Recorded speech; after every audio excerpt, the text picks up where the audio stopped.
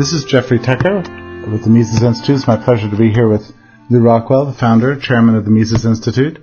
And the subject today concerns an older book that the Mises Institute published back in the 1980s. It was a Festschrift for Murray Rothbard. The subject comes to mind because of the Festschrift for Hans Hoppe that the Institute recently published, which has been compared to the Rothbard Festschrift and also to two Mises Festschrifts, right, Lou? There were two. Well, there was, you mean the one edited by Mary Sentholz? Right. And then the earlier one. Yes. What were the circumstances that led to the production of this wonderful Festschrift, which is called Man, Economy, and Liberty, edited by you and also by Walter Block? What led to it? Can you recall the moment and where the idea came from and what the plan was and how it was released and some other details like that? I thought that Murray had gotten so little praise and recognition during his life that I thought his 60th birthday was a good time to have a dinner in his honor and to have a Festschrift. And Walter was good enough to co-edit. He's the senior editor. And so we asked libertarians and Austrians to write papers for it. And it's quite a wonderful book. I just going through the table of contents, I note it must be the only time that Hoppe and Kerzner ever appeared together in the same volume. That's right. What can you tell us, what is the idea of a Festschrift? You get the sense that is it the idea that other scholars giving their most treasured thing, namely their scholarship, to another scholar they admire? That certainly is the official view. Typically, it's scholars rummaging in their attic and finding the paper that they couldn't use for anything else and giving it to the Festschrift. But this is unusual. I mean, in the sense that virtually all these papers were written for the Festschrift, and they were all people who were either students of Murray in some sense or admirers of his in the scholarly community, and it's, I think, quite a wonderful book.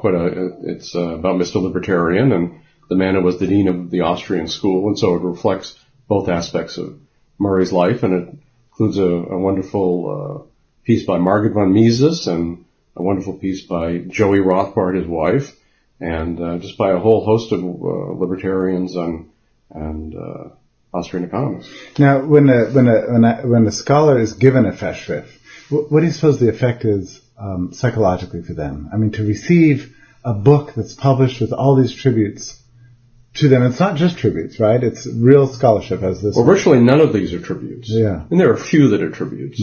But they're all tributes to Rothbard in a broader sense. In the sense that these men and women were all influenced by him. But I think it's it must be a thrilling thing. There must be scholars who, by their positions in the academy or with the state, are able, in effect, to almost command a Festschrift. So maybe it doesn't actually thrill them; it's just their due. Yeah. But it certainly thrilled Murray. It was a surprise, just as the whole dinner was a surprise. We held a dinner the day before his 60th birthday in New York City at the Halloran House Hotel. There were hundreds of people there, and it was quite a wonderful occasion. Margaret and Joey Rothbard gave wonderful talks.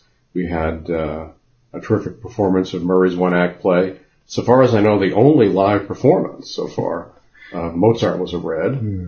You were in that. Right. Diane Peterson, remember Nando Palucci played Murray. Right.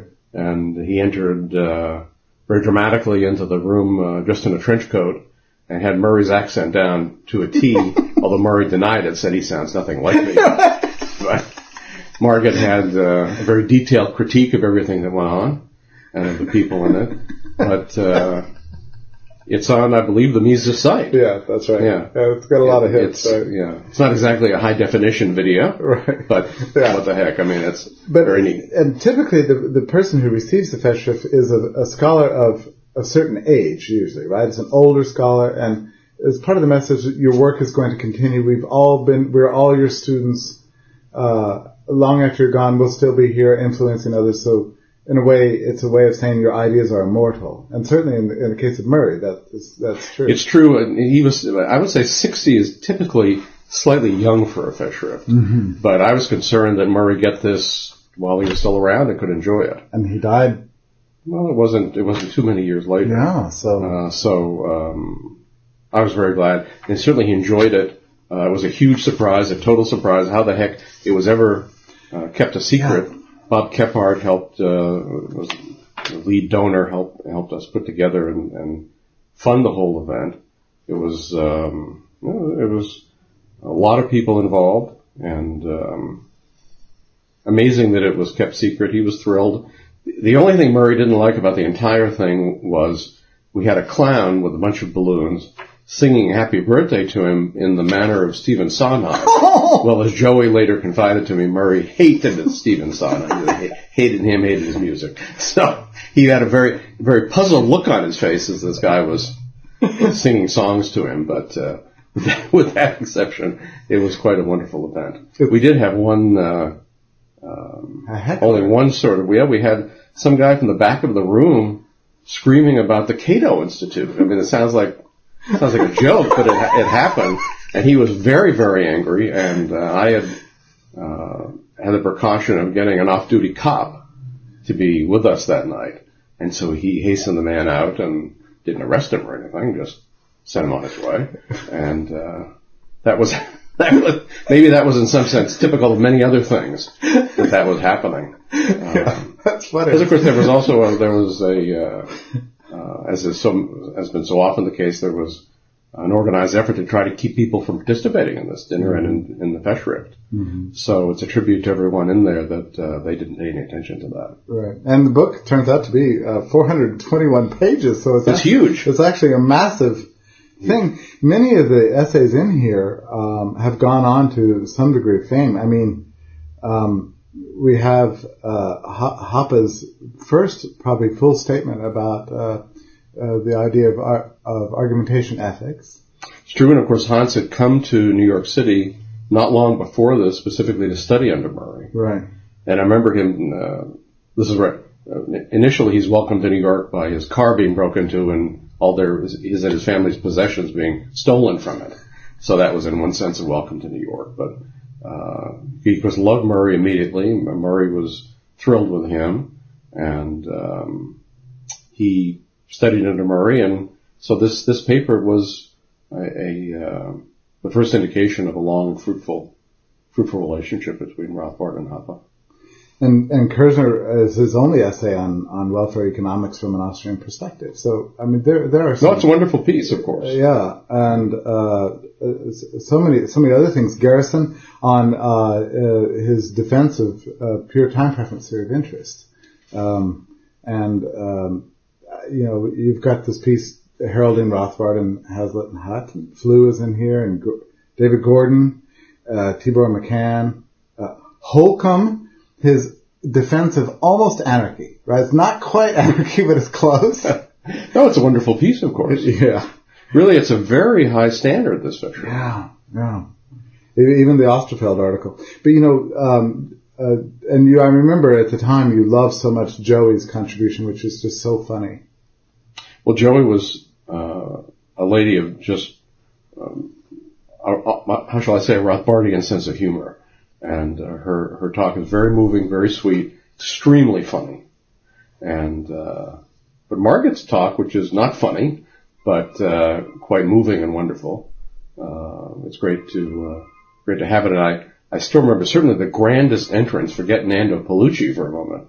The grandest entrance made into the room was by Margaret, who of course had been an actress and a successful actress and a play translator, and she knew how to enter a room, and she was quite something. I mean, just amazing.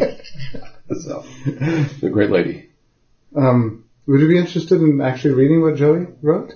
Maybe the first paragraph that's just so charming? When Murray was in school, he always went out for the class play because, as anyone who is acquainted with him knows, he is a great ham. One year he discovered that the two male leads were the handsome young prince and the fat old king. He also found out that he was expected to play the part of the fat old king. Now this annoyed him, and he began a campaign to get the part of the handsome young prince. There were two reasons for this. First, the assumption that that he would be the fat old king rather than the handsome young prince rankled. And secondly, the handsome young prince, at one point in the play, kissed the hand of the beautiful young princess, and the part of the beautiful young princess was being played by a girl whom he had a crush on. He was determined to get to kiss her hand. Such a fuss did he make that finally he was awarded the part of the handsome young prince. Then began rehearsals, and the devastating directions, quote, "You take her hand in your palm, raise her hand, bow over it, and kiss your own thumb." So, Joyce is a wonderful writer. Yeah, she's great. Yeah, wonderful writer.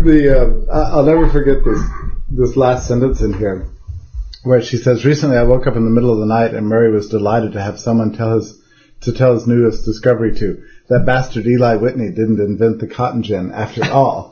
And, I was just reading about Eli Whitney a couple of days ago, and that's exactly right. He got D figure, right? Yeah. He had the patent, but he didn't invent the thing. So that's great.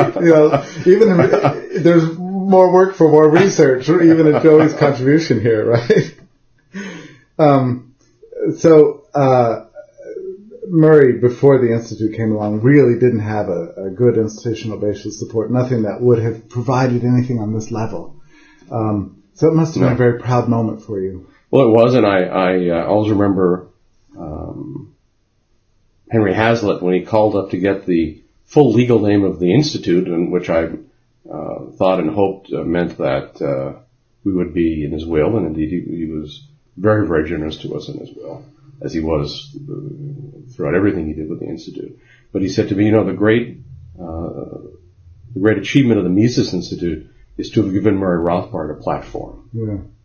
So that, I think that's correct. Yeah. And you were able to hand him this completed book that night.